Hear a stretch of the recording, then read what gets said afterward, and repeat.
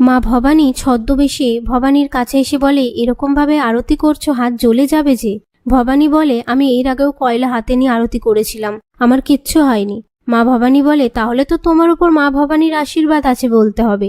ভবানী বলে, মহারাজ আর বাকিরা যুদ্ধে গেছেন, আমি চাই তাদের যেন কিচ্ছু না হয়, কিন্তু মা ভবানী আমাকে একের পর এক ইঙ্গিত দিয়ে গেছেন, আমি সেইটাই জানতে চাই। ভবানী বলে, অশুভ ইঙ্গিত সবসময় অশুভ চিহ্ন নাও হতে পারে, হয়তো তোমাকে এই কঠিন পরিস্থিতিতে আরো শক্ত করছে লড়াই করতে। ভবানী বলে, তুমি একথা বলে আমার মনটাকে আরো অস্থির করে তুলছো।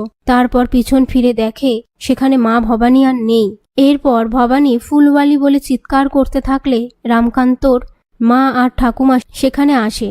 আর রামকান্তর মা ভবানীকে বলে, কি হয়েছে? তখনই ভবানী সমস্ত কথা বলতে শুরু করে। রামকান্তের মা বলে, এত চিন্তা করো না, সবার দায়িত্ব তো তোমার ওপর। ভবানী বলে, যতদিন না পর্যন্ত সবাই যুদ্ধক্ষেত্র থেকে ফিরছে আমি ততদিন পর্যন্ত কিচ্ছু খাবো না, শুধু ফলাহার করে থাকবো এক বেলার জন্য, আর আমি পালঙ্কে শোবো না, মাটিতে শোবো।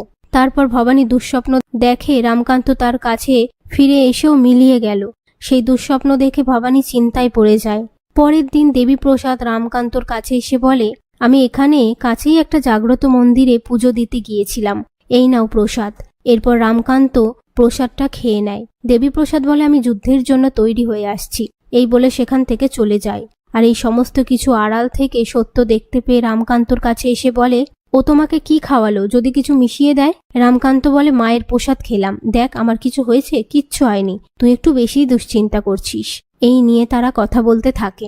এদিকে ভবানী বিচলিত হয়ে থাকলে রামকান্তর মা বলে, কি হয়েছে? ভবানী বলে, আমি মহারাজকে নিয়ে একটা দুঃস্বপ্ন দেখেছি।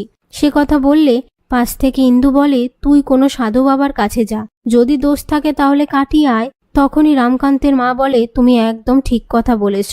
আর কথায় কথায় রামকান্তের ঠাকুমা ভবানীকে বলে, যদি তিনি তাবিজ কবচ দেয় দোষ কাটানোর জন্য, এমন কি কেউ আছে?